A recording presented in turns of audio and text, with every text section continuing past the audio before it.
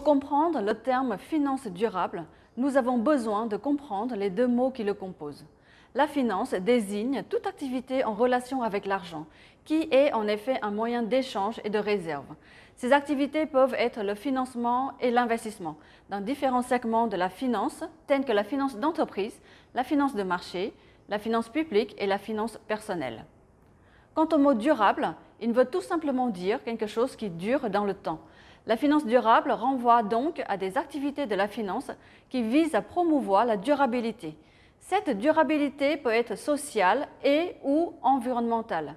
Nous allons maintenant citer des exemples concrets dans chacun de ces 4 domaines de la finance. Dans la finance d'entreprise, les 3 activités principales concernent la structure du capital, l'investissement et la gestion du BFR. La notion de durabilité peut être introduite dans chacune d'elles. Par exemple, dans le choix de financement, l'entreprise peut choisir de faire appel à des fournisseurs de capitaux qui tiennent compte des dimensions sociales et environnementales dans leurs activités. Dans le choix d'investissement, une entreprise peut prendre compte des critères sociaux et environnementaux dans leurs projets. Dans la gestion du BFR, le choix des fournisseurs et la gestion des délais de paiement des clients peuvent également tenir compte des critères sociaux et environnementaux. Dans la finance de marché, les demandeurs et offreurs de capitaux peuvent tenir compte des critères et impacts sociaux et environnementaux dans leurs décisions. Par exemple, une entreprise cotée peut décider d'utiliser des capitaux récoltés pour financer un projet favorisant l'inclusion financière, l'éducation ou des énergies propres.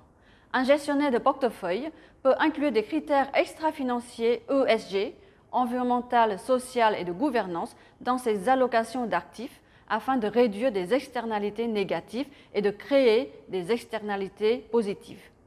La finance publique, quant à elle, a un rôle très important à jouer pour favoriser la durabilité de ses actions.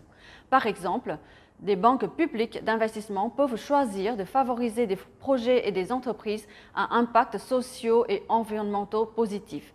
Les pouvoirs publics peuvent également créer des cadres réglementaires pour favoriser le développement de la finance durable, tels que l'article 29 de la loi énergie-climat ou la taxonomie européenne, dont l'objectif est d'augmenter la transparence et l'harmonisation des reportings environnementaux et sociaux des acteurs des marchés financiers.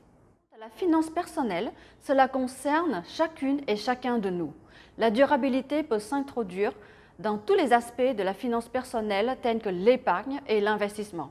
L'épargne peut être déposée dans un organisme bancaire responsable qui tient compte des aspects sociaux et environnementaux dans leurs activités. L'investissement peut être orienté vers des produits financiers responsables qui ont des impacts sociaux et environnementaux positifs. Les exemples cités montrent que la finance durable vise avant tout à réduire des externalités sociales et environnementales négatives et à favoriser des externalités positives à travers des activités telles que l'épargne, le financement et l'investissement. Chacune et chacun de nous peut avoir un rôle à jouer dans cette finance durable.